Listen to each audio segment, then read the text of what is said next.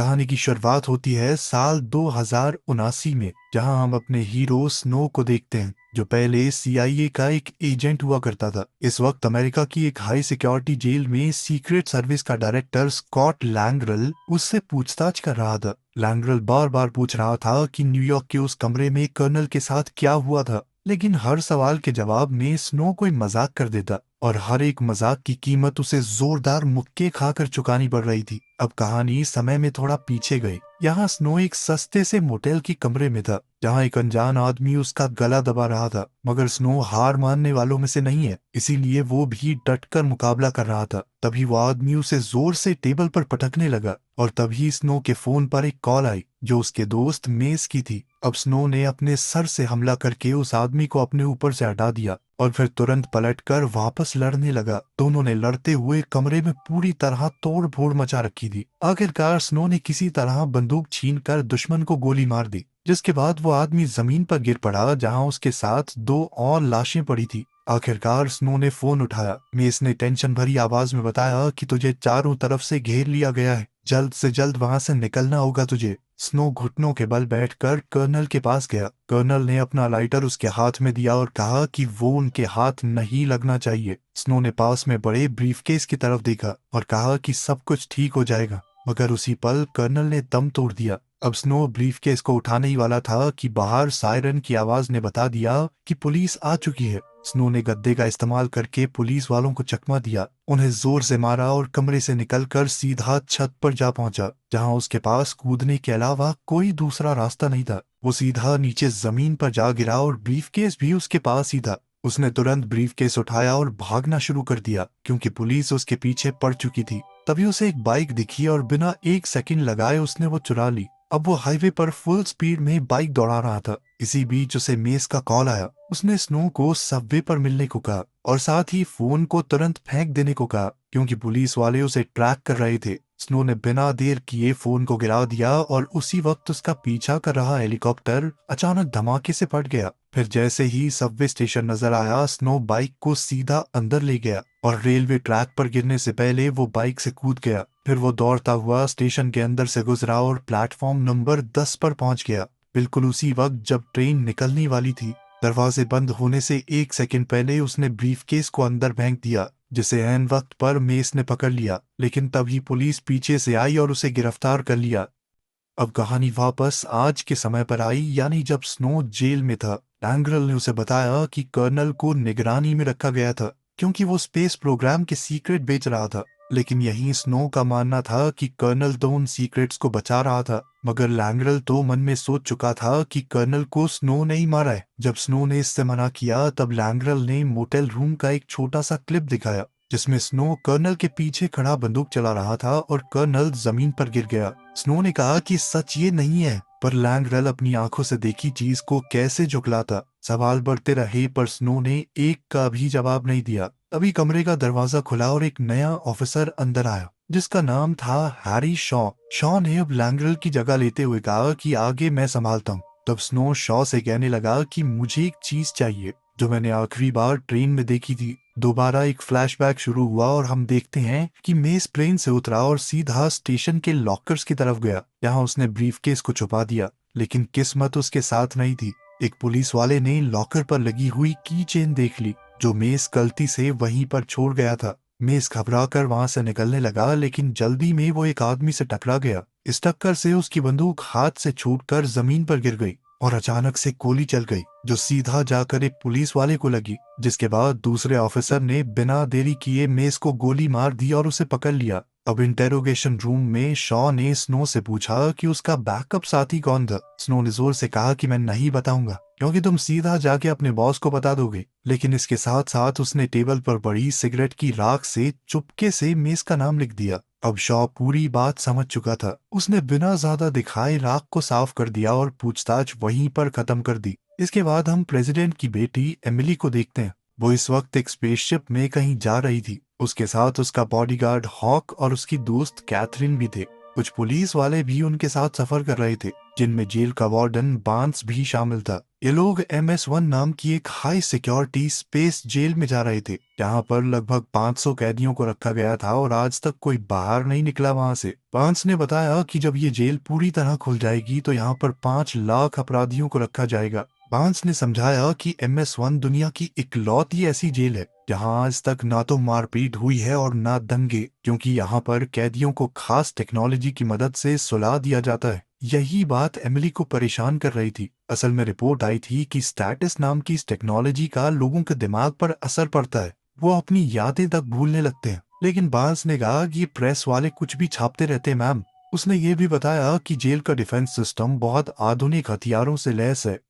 अब ये लोग आखिरकार अंदर पहुंच ही गए। मामूली सिक्योरिटी प्रोसीजर से गुजरने के बाद वो एलिवेटर से तीसरे फ्लोर पर गए। एमिली ने बांस से पूछा कि क्या इस जेल का असली मकसद ये देखना है कि इंसान जब ज्यादा समय तक स्पेस में रहते हैं तो क्या होता है उनके साथ। जिस पर बांस ने कहा कि मैम ये जेल मैंने नहीं बनाई, मैं बस यहाँ काम करता हूँ, मुझे इससे ज्यादा नहीं पता कुछ। फिर बांस उन्हें वो कैदी दिखाने ले गया जो अपने स्टैसिस कैप्सूल में गहरी नींद में सो रहे थे। उसने बताया कि उनके लिए एक इंटरव्यू रूम तैयार किया गया है, लेकिन वहां पर हथियारों की इजाजत नहीं है। खैर हॉक ने फिर भी अपनी बंदूक पैंट के नीचे छुपा कर रखी। अब हम वापस से अर्थ पर स्नो को देखते हैं, जो अभी भी उस जेल के अंदर बंद है। लैंग्रल उससे मिलने आया और बताया कि तुम्हें MS-1 जेल भेजने की सजा सुनाई जा चुकी है। थोड़ी देर बाद उसे एक दूसरे कमरे में घसीट कर ले जाया गया, जहां पर उसे कोई इंजेक्शन लगाया जाने वाला था। इसी बीच MS-1 में एमिली की मुलाकात एक पागल और खूंखार कैदी हाइडल से करवाई गई। एमिली ने उससे कुछ सवाल करने की कोशिश की, लेकिन हाइडल उस पर ध्यान ही नहीं दे रहा था।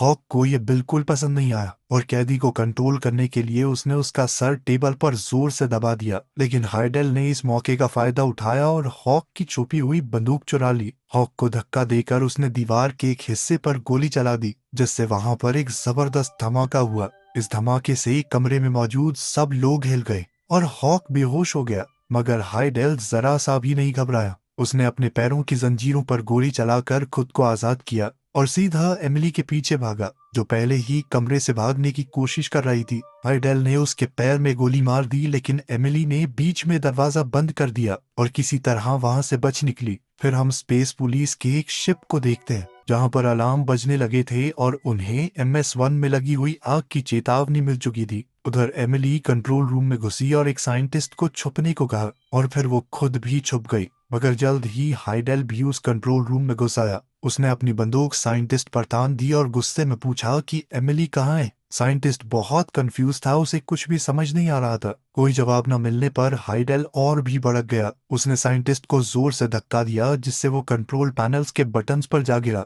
और गलती से कंट्रोल रूम एक्टिवेट हो गया। जैसे ही हाइडेल को समझ में आया कि क्या हुआ है, उसने तुरंत साइंटिस्ट को पकड़ लिया और उसे मजबूर किया कि सारे कैदियों को उनके कैप्सूल से आजाद कर दे। फिर जैसे ही काम खत्म हुआ, हाइडेल ने बिना हिचकिचाए उसे गोली मार दी। फिर वो ड्रामा करते हुए रूम से निकलने का नाटक करने लगा, लेकिन कुछ ही पलों बाद एमिली के सामने आ खड़ा हुआ। अब पूरी जेल में अफरा तफरी मच चुकी थी। जो कैदी अभी तक सो रहे थे वो अब आजाद होकर हर तरफ तोड़ फोड़ और दंगे करने लगे। वहीं एक कैप्सूल में हाइडेल का भाई एलेक्स भी था। जब गार्ड्स उसके पास से गुजरे तो उसने सोने का नाटक किया। जैसे ही गार्ड्स आगे बढ़े, वो अचानक पीछे से उन पर टूट पड़ा, उन्हें बेहोश किया और उनके हथियार चुरा लिए। इसी बीच इंटेरोगेशन रूम में हॉक होश में आ गया। उसे तुरंत समझ आ गया कि कुछ बहुत बुरा हो चुका है, इसीलिए उसने तुरंत लैंग्रल को मैसेज भेजा।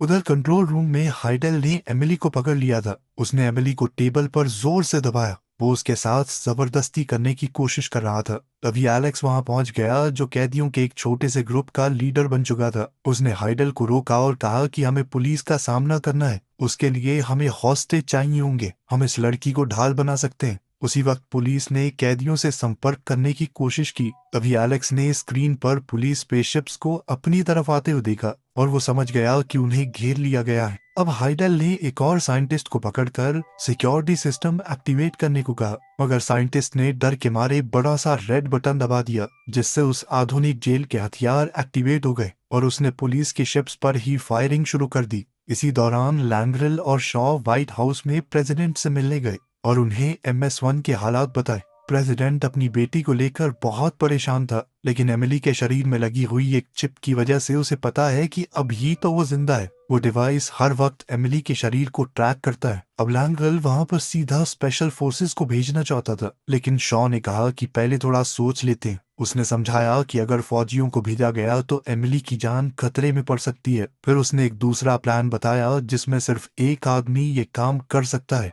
उसका सीधा इशारा स्नो की तरफ था, लेकिन जब उससे पूछा गया कि प्रेसिडेंट की बेटी को बचाने में मदद करोगे तो उसने साफ तौर पर मना कर दिया। लेकिन जैसे ही शॉ ने बातों बातों में बताया कि मेस भी उसी जेल में है तो स्नो का फैसला बदल गया। अब उसने लड़की को बचाने के लिए हाँ कर दी। फिर शॉ ने उसका शुक्रिया अदा करते हुए कर्नल का लाइटर वापस उसे दे दिया। उधर MS-1 जेल में सभी बंदियों को एक ही कमरे में बंद कर दिया गया था और अपराधियों ने उनकी ID भी ले ली। एमिली को ठंड लग रही थी तो कैथरीन ने पास में लटका हुआ लैब कोट उसे पहनने के लिए दे दिया। वहीं धरती पर स्नो, लैंग्रेल और शॉ एक स्पेसशिप में बैठकर प्लान डिस्कस कर रहे थे। स्नो को टेलीमेंट्री नाम के उस डिवाइस के बारे में बताया गया जो लड़की के शरीर में फिट है, और उस जेल के 5वें माले पर मौजूद एक एस्केप पॉड के बारे में भी, जिसकी मदद से उसे लड़की को वापस लाना है। फिर उसे जेल का नक्शा भी दिया गया ताकि वो पॉड तक पहुंच सके। इसके साथ ही मिशन में इस्तेमाल करने के लिए कुछ बम भी दिए गए। वहीं MS-1 जेल में एलेक्स का हाथ एक लड़ाई के दौरान जख्मी हो गया था, इसीलिए उसने डॉक्टर बुलाने को कहा। उसका एक आदमी बंदियों के कमरे में गया जहां एमिली के पैर पर कैथरीन बैंडेज बांध रही थी। एमिली ने लैब कोट पहना हुआ था तो उस आदमी को लगा कि वो डॉक्टर है। अब वो उसे पकड़कर सीधा एलेक्स के पास ले गया। एमिली ने भी हालात को समझते हुए साथ देने का नाटक किया और वो यूं ही एलेक्स का इलाज करने लगी। उधर स्नो, लैंग्रेल और शॉ LOPD स्पेसशिप तक पहुंच गए थे और अब लैंग्रेल ने कमांड संभाली। फिर एक ऑफिसर ने उसे बताया कि एलेक्स ने नेगोशिएटर की डिमांड की है। लैंग्रेल ने उससे बात करने की कोशिश की, लेकिन एलेक्स ने कॉल काट दिया। मगर उन लोगों ने स्क्रीन पर एमिली को एलेक्स के पास खड़े हुए देख लिया था, और क्योंकि एलेक्स ने उसके नाम या पहचान के बारे में बात भी नहीं की तो स्नो ने तुरंत अंदाजा लगा लिया कि उन्हें कोई आइडिया नहीं है कि प्रेसिडेंट की बेटी है ये। वो इसे आम लड़की समझ रहे हैं। तभी अचानक एलेक्स उनकी स्क्रीन पर दोबारा दिखाई दिया। उसने ठंडे अंदाज में कहा कि मैं एक छोटा सा नमूना दिखाने वाला हूँ। फिर उसने बांस को पकड़ा और सीधा स्पेस में बाहर मरने के लिए छोड़ दिया। साथ ही एलेक्स ने उन्हें चेतावनी दी कि 1 घंटे बाद एक और शो होगा। ये फैसला लिया गया कि लैंग्रेल कैदियों से बातचीत करने की कोशिश करेगा, जबकि शॉ और स्नो मिशन को जारी रखेंगे। इसी दौरान एक पुलिस वाले को MS-1 पर नेगोशिएटर बनाकर भेजा गया। उसने एलेक्स से अकेले में बात की और समझाया कि अगर वो कम से कम एक बंदी को आजाद कर दे तो आपस में थोड़ा भरोसा बढ़ेगा, बातचीत कहीं जा सकती है। तब एलेक्स इसके लिए मान गया और ऑफिसर ने कहा कि एक जख्मी औरत को रिहा करना सबसे सही रहेगा। इस पर एलेक्स ने तुरंत एमिली का नाम लिया, लेकिन हाइडेल को वो पसंद थी। वो नहीं चाहता था उसे आजाद करना। अब क्योंकि जख्मी औरत को आजाद करना है तो उसने कैथरीन को तुरंत गोली मार दी ताकि उसे भेजा जा सके, लेकिन वो वहीं पर मर गई। उसी वक्त स्नो को जहाज पर चढ़ने का मौका मिल गया, लेकिन एक कैदी ने उसे देख लिया और तुरंत एलेक्स को चेतावनी दे दी कि ये सब एक चाल हो सकती है। अब एलेक्स ने बिना सोचे समझे नेगोशिएटर को गोली मार दी और अपने भाई को ऑर्डर दिया कि जो आदमी जहाज में घुसा है उसे ढूंढ कर खत्म कर दो। इधर शॉ रास्ता बता रहा था और स्नो उसकी बात मानते हुए शिप के अंदर घुस गया। अब एलेक्स को एक डिजिटल न्यूज़पेपर मिला जिसमें एमिली की असली पहचान देखकर उसके होश उड़ गए। अब उसे पता चला कि वो प्रेसिडेंट की बेटी है। उस वक्त एमिली हॉक के साथ एलिवेटर में थी और एक कैदी उन्हें वापस हॉस्टेज रूम में ले जा रहा था। अचानक एमिली ने दीवार पर लगा फायर एक्सटिंग्विशर उठाया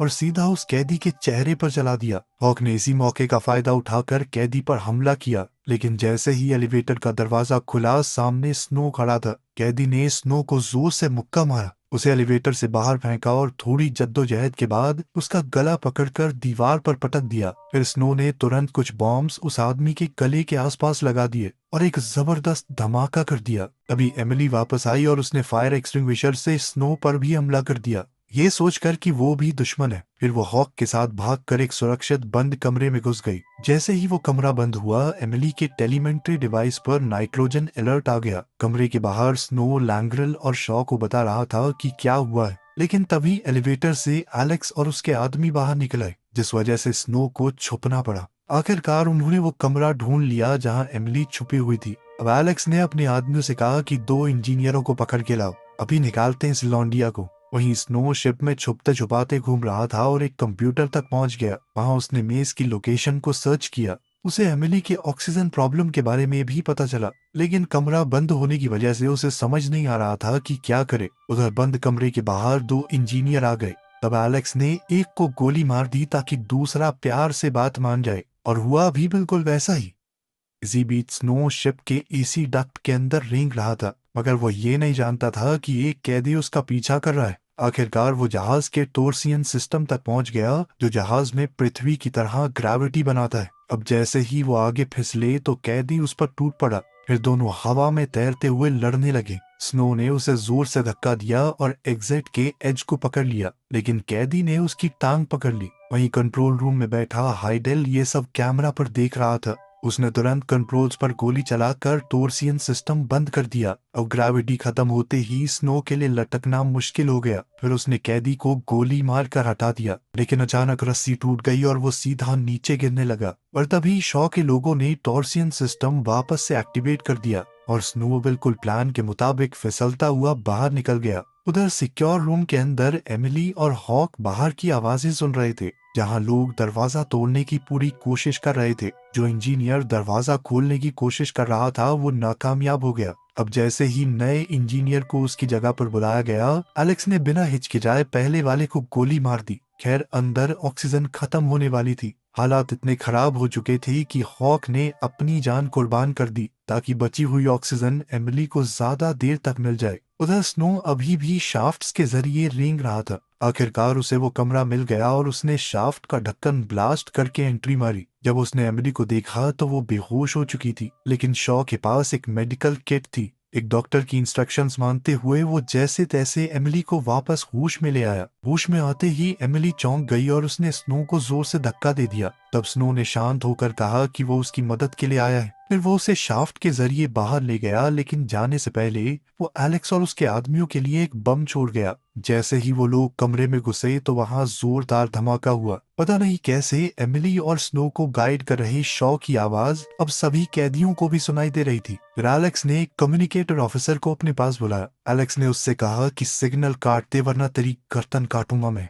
अब शॉ की गाइडेंस के बिना स्नो और एमिली गलत तरफ मुड़ गए और अब वो छत को तोड़ते हुए एक अनजान कमरे में जा गिरे। फिर भी वो रुके नहीं, जल्द ही एक मेडिकल कमरे में पहुंचे। वहां स्नो ने एमिली के जख्मों का इलाज किया और साथ ही उसे बताया कि तुम्हारे पापा प्रेसिडेंट ने मुझे भेजा है। तब एमिली ने पूछा कि बाकी लोगों का क्या, उन्हें भी तो पकड़ा हुआ है। तब स्नो ने सीधा जवाब दिया कि मैं सिर्फ तुम्हें बचाने आया हूँ, बाकियों से मुझे मतलब नहीं है। जब एमिली नहीं मानी तो स्नो ने उसे नक्शा और बंदूक देकर कहा कि इतनी चिंता हो रही है ना सबकी, तो जा जाके बचा ले। लेकिन एमिली को यही समझ में नहीं आ रहा था कि वो है कहाँ पे। अभी शिप की हर स्क्रीन पर एलेक्स का मैसेज आया। उसने एमिली की आईडी की फोटो दिखाई और सबको ऑर्डर दिया कि अगर वो दिखे तो उसे पकड़ ले। ये देखकर स्नो को उस पर तरस आ गया और उसने कहा कि इतना मत सोचो, मेरे साथ रहो। इसके बाद दोनों एक स्टोर रूम में घुसे। यहाँ स्नो ने एमिली को कैदियों की यूनिफॉर्म दी और जबरदस्ती उसके बाल काट कर डाई कर दिए ताकि वो उसकी पहचान को छुपा सके।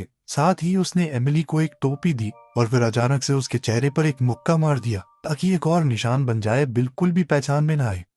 उधर पुलिस वालों के जहाज में लैंग्रेल एलेक्स से बात कर रहा था। अब एलेक्स ने खुलकर कह दिया कि मैं जानता हूँ एमिली कौन है। अगर तुमने हमारी मांगे पूरी नहीं की तो बहुत नुकसान होगा तुम्हारा। कुछ घंटों बाद प्रेसिडेंट भी वहां पर पहुंच गया। अब स्नो ने भी कैदियों की यूनिफॉर्म पहन ली थी। इसके बाद वो एमिली को लेकर मेन कंटेनमेंट एरिया में गया। शुरुआत में तो वो भीड़ में ऐसा घुले कि किसी को शक ही नहीं हुआ, लेकिन आगे एक जगह जाकर पासवर्ड चाहिए था, जो सीधी सी बात है उन्हें नहीं पता था। तब स्नो ने हालात संभालने के लिए कैदी को जोर से मारा और भागने लगा। ये देखकर बाकी कैदी उसके पीछे दौड़ पड़े। इधर स्नो फायरिंग करता हुआ भाग रहा था, लेकिन एमिली एक फंसे हुए दरवाजे में अटक गई। तब स्नो ने उसे कहा कि बंदूक को तुम संभालो, जब तक वो खुद दरवाजे को जोर लगाकर खोलने की कोशिश करने लगा। वहीं दरवाजे के दूसरी तरफ मेस मौजूद था। अब वो तीनों एक और कमरे में घुस गए और उसे बंद कर दिया। स्नो ने मेस को गले लगाया, लेकिन मेस बस बेकार बातें दोहरा रहा था। तब एमिली ने बताया कि ये इतने दिन से सोया हुआ था तो इसकी याददाश्त पर असर हुआ है। जब मेस से ब्रीफकेस के बारे में पूछा गया तो वो फिर से अजीबोगरीब बातें बोलने लगा। तभी उन्होंने सुना कि एलेक्स और उसके लोग एक खास औजार से दरवाजा खोलने की कोशिश कर रहे हैं, जिसके बाद वो तीनों तुरंत वहां से भाग निकले। अब एलेक्स को लगा कि वो उन तक पहुंच ही गया है, लेकिन जहां से आवाज आ रही थी वहां सिर्फ एक अलार्म मिला जो स्नो ने उन्हें भटकाने के लिए छोड़ा था। मगर इस सब के बीच MS-1 जहाज कंट्रोल खोने लगा और सीधा जाकर इंटरनेशनल स्पेस स्टेशन से टकरा गया। अब हालात और भी ज्यादा खतरनाक हो चुके थे। टकराव की वजह से स्पेसशिप के हल में एक गड़बड़ी हो गई और मेस बाकी सबसे अलग हो गया। स्नो ने उसे पैनिक बटन दबाने के लिए कहा, लेकिन मेस उसकी बात को समझ ही नहीं पा रहा था। इसलिए स्नो दरवाजा खोलने के लिए कुछ ढूंढने निकल गया। एमिली ने तब तक मेस के मुंह से और भी बिना सिर पैर की बातें सुनी, लेकिन जब स्नो वापस आया तो पता चला कि दरवाजा खोलना तो नामुमकिन है और मेस ठंड में जमकर मर चुका था। वहीं दूसरी ओर पुलिस के जहाज में लैंग्रेल को बताया गया कि MS-1 लगभग 6 घंटे के अंदर धरती से टकरा जाएगा। इसीलिए उसने डिपार्टमेंट ऑफ जस्टिस को एक प्लान के साथ कॉल करने का फैसला किया। इसी बीच स्नो और एमिली आखिरकार पॉड रूम तक पहुंच गए थे, जहां उन्होंने देखा कि गवर्नमेंट शिप्स उनकी तरफ आ रही हैं, लेकिन उन्हें बचाने के लिए नहीं। जो पॉड उन्हें मिला था उसमें सिर्फ एक ही सीट थी। तो स्नो ने एमिली से झूठ कह दिया कि मेरे पास दूसरा पॉड है ना, मैं उसकी मदद से आता हूँ। फिर पॉड लॉन्च हो गया, लेकिन कुछ ही पलों बाद एमिली स्नो के पीछे खड़ी नजर आई। वो जानती थी कि जब तक वो जहाज पर रहेगी उसके पिता हमले की इजाजत नहीं देंगे, क्योंकि वो अभी भी मासूम लोगों को बचाना चाहती थी। वहीं स्नो मदद तो नहीं करना चाहता था, लेकिन एमिली ने झूठ बोलकर उसका मन बदल दिया कि मेस ने मुझे मरने से पहले ब्रीफकेस की लोकेशन बता दी थी। तभी हाइडेल शिप की स्क्रीन्स पर आया और उसने धमकी दी कि अगर एमिली ने अपनी लोकेशन नहीं बताई तो वो हर 3 सेकंड में एक हॉस्टेज को मार देगा। तब एमिली ने मजबूर होकर अपनी लोकेशन दे ही दी, लेकिन हाइडेल ने फिर भी सभी मासूम लोगों को मार डाला।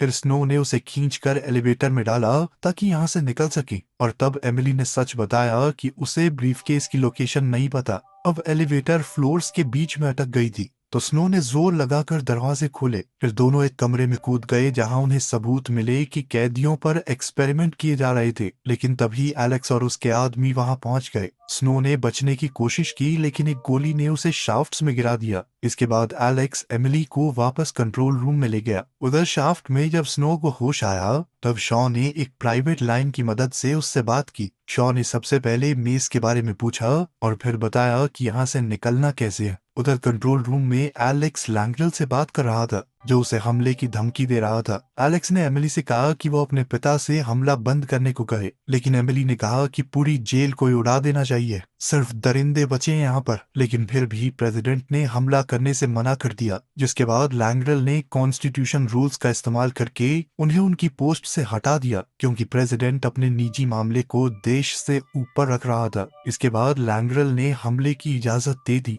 एलेक्स और हाइडल ने जब सामने से आ रही शिप्स देखी तो दोनों के बीच जोरदार झगड़ा शुरू हो गया। हाइडल ने अपने ही भाई को चाकू मार दिया और एमिली के पीछे भाग रहा था, लेकिन बिल्कुल सही वक्त पर स्नो वहां पहुंच गया और उसने हाइडल को बेहोश कर दिया। यहाँ MS-1 सिक्योरिटी शिप्स की गोलीबारी का सामना कर रही थी और कैदी उनका पीछा कर रहे थे। तब स्नो एमिली को एक कमरे में ले गया, जिसके बारे में उसे शॉ ने बताया था। अब दोनों ने दरवाजा लॉक किया, स्पेशल स्पेस सूट्स पहने और जहाज में धमाका होने से बिल्कुल पहले उससे कूद गए। धमाके की फोर्स ने उन्हें इतनी जोर से धकेल दिया था कि वो सीधा धरती पर लैंड कर गए, जहां पुलिस ने उन्हें ढूंढ लिया और आखिरकार एमिली को रेस्क्यू कर लिया गया। फिर स्नो को दोबारा से गिरफ्तार कर लिया गया। कुछ दिनों बाद एमिली हॉस्पिटल बेड पर थी जब उसके टैबलेट पर लिखे एक कोट ने उसे सब कुछ समझा दिया। अब वो मेस के आखिरी शब्दों को समझ चुकी थी, यानी अब उसे सच में ब्रीफकेस की लोकेशन पता थी। अब एमिली तुरंत हॉस्पिटल से निकलकर सीधा स्टेशन पहुंची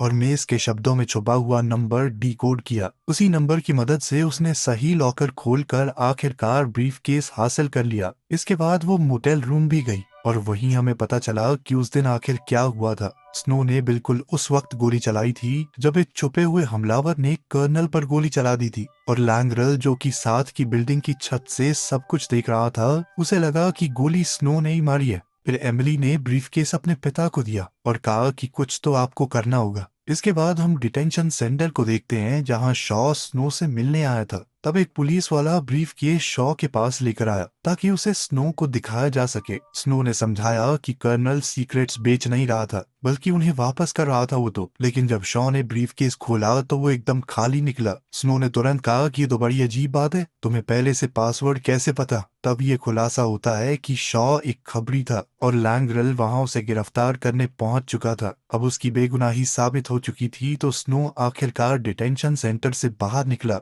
वो सिगरेट जलाने की कोशिश कर ही रहा था कि तभी उसे पता चला कि लाइटर के अंदर एक सीक्रेट एसडी कार्ड छुपा हुआ है और यही वो असली चीज थी जिसे कर्नल ने कहा था कि दुश्मन के हाथ ना लगे। अचानक एमिली वहां आई और उसने बताया कि मुझे तुम्हारा असली नाम पता चल गया है, मैरियन, है ना? अपना बदला लेने के लिए एमिली ने उसे एक मुक्का मारा और फिर दोनों एक दूसरे के साथ मजाक करते हुए वहां से निकल गए। वीडियो पसंद आई तो लाइक कर देना, चैनल को सब्सक्राइब कर लेना। मिलते हैं अगली वीडियो में।